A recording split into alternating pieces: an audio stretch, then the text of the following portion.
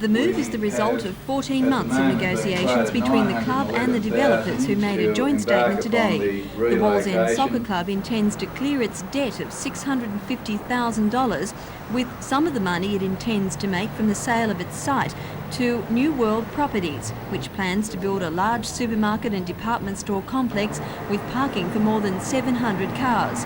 The soccer club will be demolished to make way for the development, which is still to be approved by the council. The Wallsend Soccer Club expects to sell this site for about $2 million. The rest of the money will go towards the construction of a new clubhouse on this site, bounded by Midmai Road and Sandgate Road, Wallsend. Final plans are being drawn up, but the new clubhouse will look like this: a single-storey building which includes a 550-seat auditorium overlooking 4 playing fields. The club's secretary-manager, Alderman Ian Campbell, says there'll be less emphasis placed on liquor and poker machines and more emphasis placed on sport. What has happened, of course, is that we've realised that we need additional space for more than one code of football. Now, when you look around out here, there just isn't sufficient room to put more than one field, and we are trying to serve a suburb now with a population of 22,000 people. Obviously, with one ground, we can't fulfil that role, and we need more space. So if we go to a 25-acre space, where initially we put down 4 jobs, the soccer club will continue trading here until the new facility is built, hopefully in early February next year.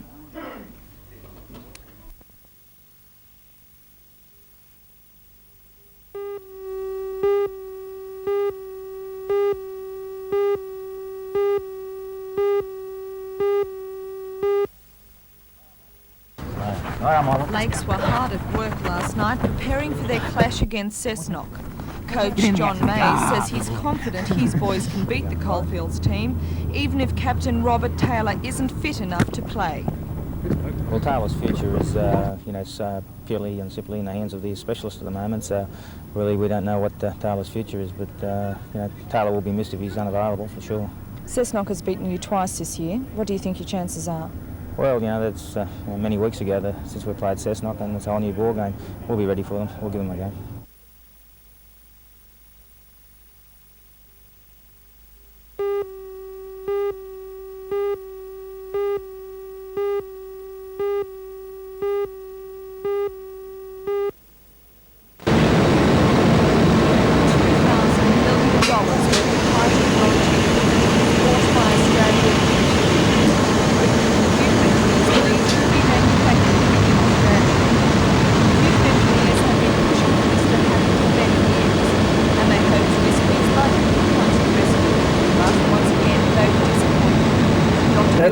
Originally from Newcastle, now manufactures computers in Queensland. He pins his hopes for the future of the industry on next month's federal government high-tech conference. They moved the business up to August.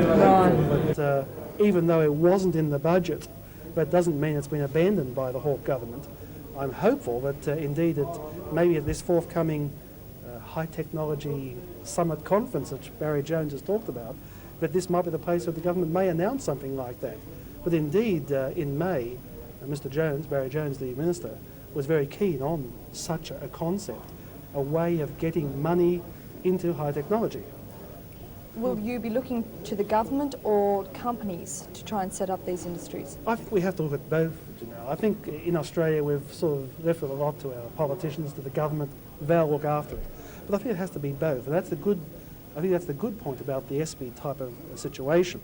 Even though the government provides the lead, and I think that's the important point, they're providing the lead and the stimulus, we really have to look at private enterprise. And from that point of view, we really do have to look at companies like BHP, companies like AWA, AMP. We have to say to these private companies, where is your future? What are you looking at?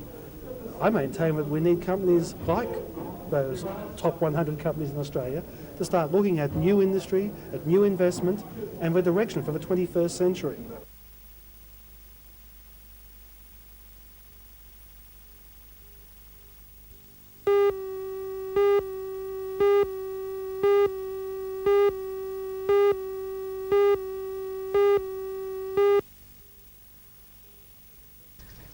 A number of businesses face large increases in sales tax or excise. Take, for example, the installation of swimming pools. According to one local operator, John Walker, the manager of Blue Water Swimming Pools, the price of installing an average-size pool jumped $1,000 overnight. John says the fiberglass shell, once exempt from a tax, has suddenly been hit with a 20% levy. Filters have gone from 25 to 35% on the tax scale. Accessories are taxed 20%, a 10% hike. And all these increases are effective immediately. Then, since the price of petrol is set to rise, and because fiberglass is a petrochemical product, John sees his costs escalating even further. If people don't accept the new increase in price, naturally my business will get smaller. We won't be selling the pools that we normally would have sold. The swimming pool industry is not the only one to be affected by the federal budget. The wine industry in the Hunter has been hit with a new excise on fortified wines. A flagon such as this could cost up to $1.80 more. And for older tawny ports, a more considerable increase is likely. The new excise on fortified wine is complicated. The industry is unsure just how much it will cost them in the end. The excise applies to the spirits used to fortify wines. Hunter Valley winemaker Trevor Drayton says the excise rate on the alcohol will be $2.61 per litre. The purchase price is $1.60. But as all excise is linked with the CPI, and the next vintage is not until next year, this rate is set to rise before it's even applied. Drayton's are perhaps one of the largest makers of fortified wines in the Hunter Valley. The exact figures I haven't got at my fingertips, but we make well in excess of 100,000 litres of fortified wine each year. Licence fees are paid on the cost of production or on the purchase price of the wine.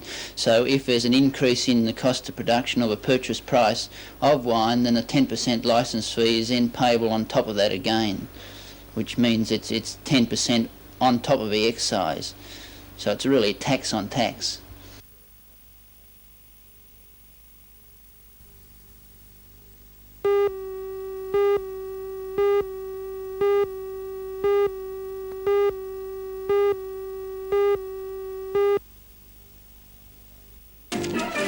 Today, we were treated to a spectacular display of traditional dancing, as proud parents looked on.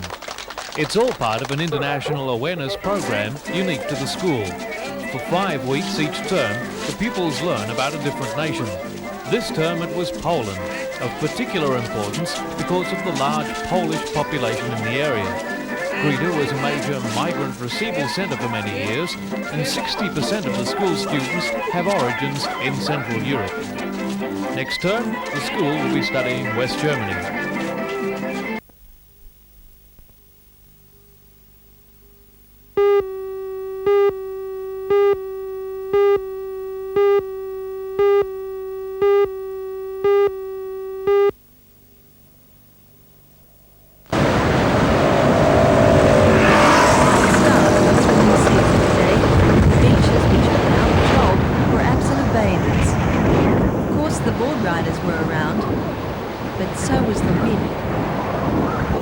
Even the beach inspectors spent their first day back on the job inside, checking safety equipment. There was also a distinct lack of people at the ocean baths today. Attempts by the manager, Mr. Peter Walmsley, to entice swimmers failed when he showed them the temperature reading. But the temperature didn't deter these two Atlantic people. I think it was a summer's day, judging by the way they hopped in and out of the water.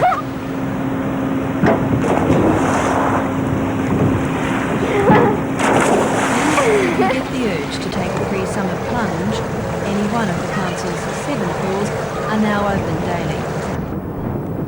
Meanwhile, Nobby's Beach Surf Pavilion, in the middle of a facelift, has been classified by the National Trust.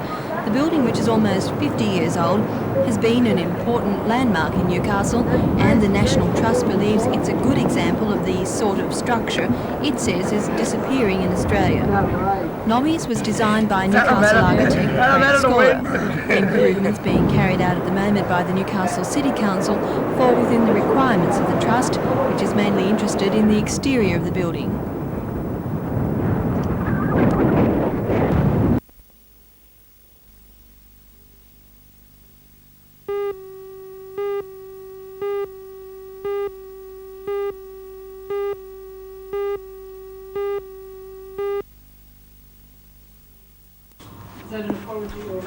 Crest in New South Wales is holding its annual general meeting at the Newcastle Workers Club this weekend. There are Crest volunteers in almost every part of the state now. Australia-wide, the organisation boasts 105,000 licensed operators.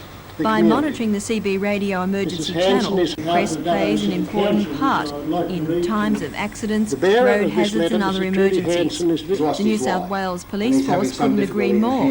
A representative, Sergeant Anford, who is in charge of the Newcastle Police Rescue Squad, commended Crest today for its work we can always and depend help. on the volunteer radio Government classification is the group's main objective this year. What are some of the Crest important State issues Director that Crest Trudy will be Hanson discussing explains. this weekend? The most important issue this weekend is our classification. We have a proposition put forward to the Premier's Department to classify Crest New South Wales. Crest New South Wales is a unique service and we're looking to be slotted in under the new emergency services legislation. Do you think you are gaining importance, particularly with the police and rescue services? Oh yes, we are. We've been in operation 7 years now and we've learnt a lot, and other services are now recognising Crest and finding that we are very beneficial to their needs as well. Do you still find a problem as far as the reputation of CB?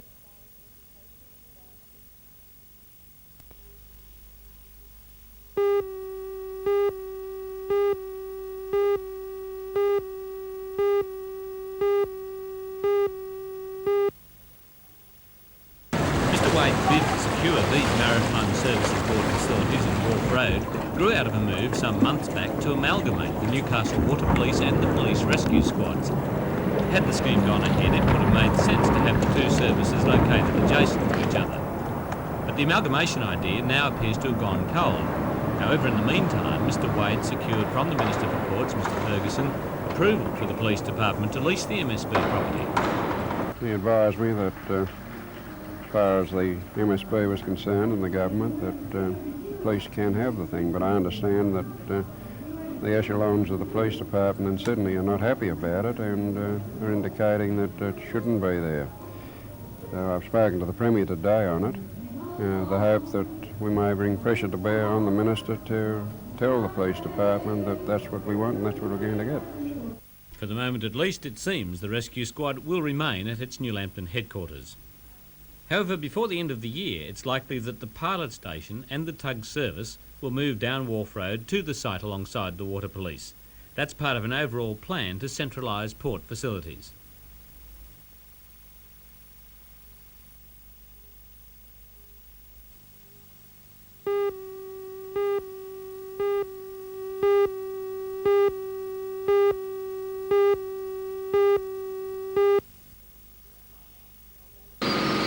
Fire in the old abattoir building began at about 3 o'clock this afternoon.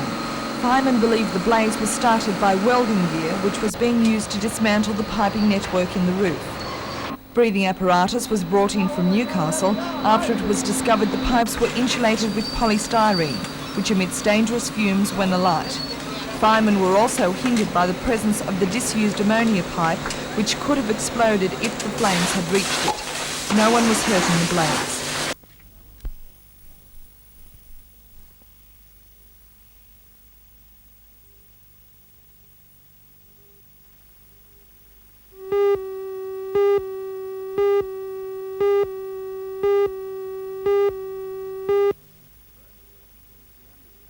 For over 30 years, the Army's Parachute Training School at Williamtown has been responsible for training personnel from all services who, for one reason or another, might need to use a parachute. Over the years, about 190,000 descents have been made, most at the nearby Saltash drop zone. The drops are made from Hercules and Caribou aircraft based at Richmond and Chinook helicopters from Fairburn in Canberra. There has also been speculation that these two RAF squadrons might be transferred to Nowra, but the RAF says it's confident this won't happen. However, no one is confident the transfer of the parachute school won't become a reality next week. In the rebuilding of the Williamtown base for the FA-18, the existing buildings are marked for demolition, and a plan provides for a new parachute centre on another part of the base. The school has a normal strength of about 70. Thanks, Joe. Nowra will be seen in some conversations with the Naval Air Wing. The spokesman for the Defence Minister said today the issue should be made clear next week. At this stage, of course, the shift to Nowra is purely conjecture. No official announcement has been made. But within the service, it's been rated as an A-grade rumour. And there'll certainly be no great surprise if next week the Minister does say that the shift is on. Meanwhile, the bill for the RAF's new tactical fighter, the FA-18, has soared by over $1,000 million to a staggering $3.5 billion. Budget papers detailing the hike in payouts for the US-designed fighter blame largely the exchange rate, the US dollar getting stronger, the Australian dollar being devalued. At the same time, the cost of rebuilding the Williamtown base to accommodate the new fighter, due to arrive in 1985, has increased from $106 million to $130 million.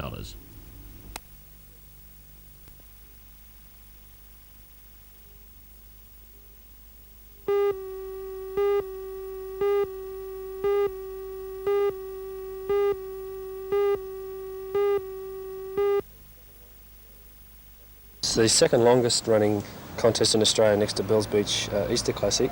Over 200 entries from all over the country. Surface the calibre of Paul Green and Nick Carroll, Michael Britz, Stuart Cadden, all chasing APSA points. They get maximum points to this contest is 600, which will put either one of those people I mentioned into first place ahead of Barton Lynch, who's surfing the pro circuit, so they're very hot to win the title. And the surf's up? The surf's a little bit, the conditions are right, sunshine, the offshore winds, but the swell's a little bit small. But at this stage, Merewether will be the venue, and I'm quite confident we'll have good waves.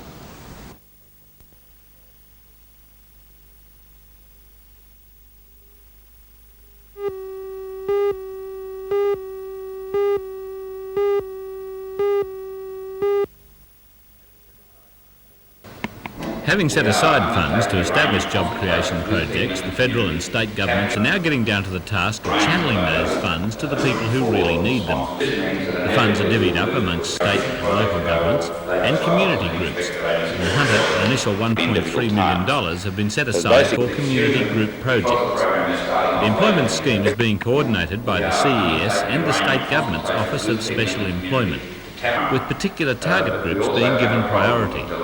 There will be considerable focus in the program on the employment of people, particularly the target groups that have been dominated by the Commonwealth. In particular, this program is designed to get into work the more disadvantaged in the labour market. And they include people who have been out of work for some time, people who have never worked, migrants, Aborigines and disabled, groups that tend to be prejudiced against in the labour market in difficult times. Briefings like today's are being repeated around the state, the government philosophy being that the community should have a say in how community employment funds are spent.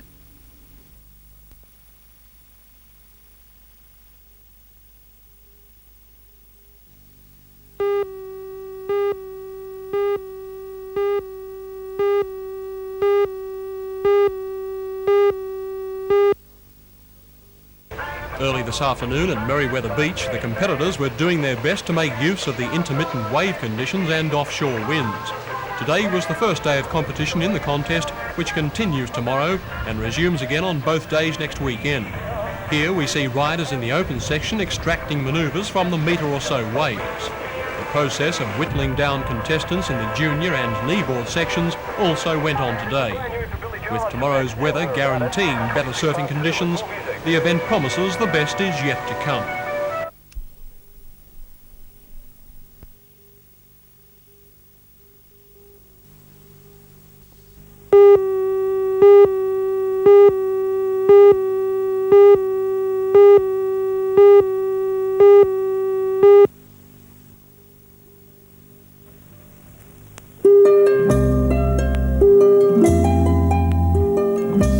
Yachts ranging from 7 metre to 16 metre craft left Lake Macquarie at 8 o'clock this morning to take part in the event.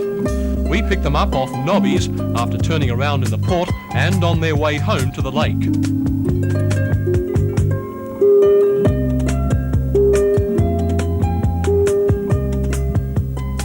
The yachtsman described the conditions as ideal for racing, with a work to Newcastle and Spinnaker's back.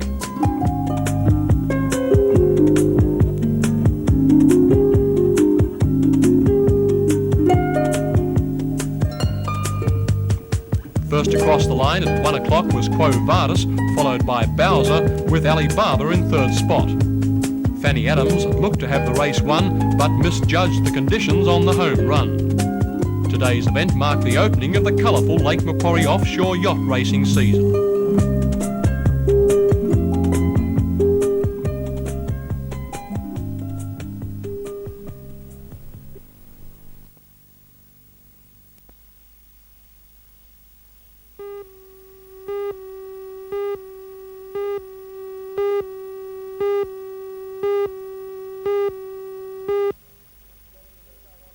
Getting into The trouble, spectacular and accident happened during yesterday's running of the novice handicap over 1800 metres. As you'll see, it will occur after the horse Lemonade makes a fast move around the field. Is Lemonade, and they're followed then by Austin Top, tucked away as good. Oh, Austin Top's down. There's a bad fall. Well, it's a fall. Let me have a look. Here it is again. Ray Ellis, driver of Shriek of Gold, suffered a dislocated left elbow, and Sid Taylor, Special Lottery, suffered severe abrasions to his hip.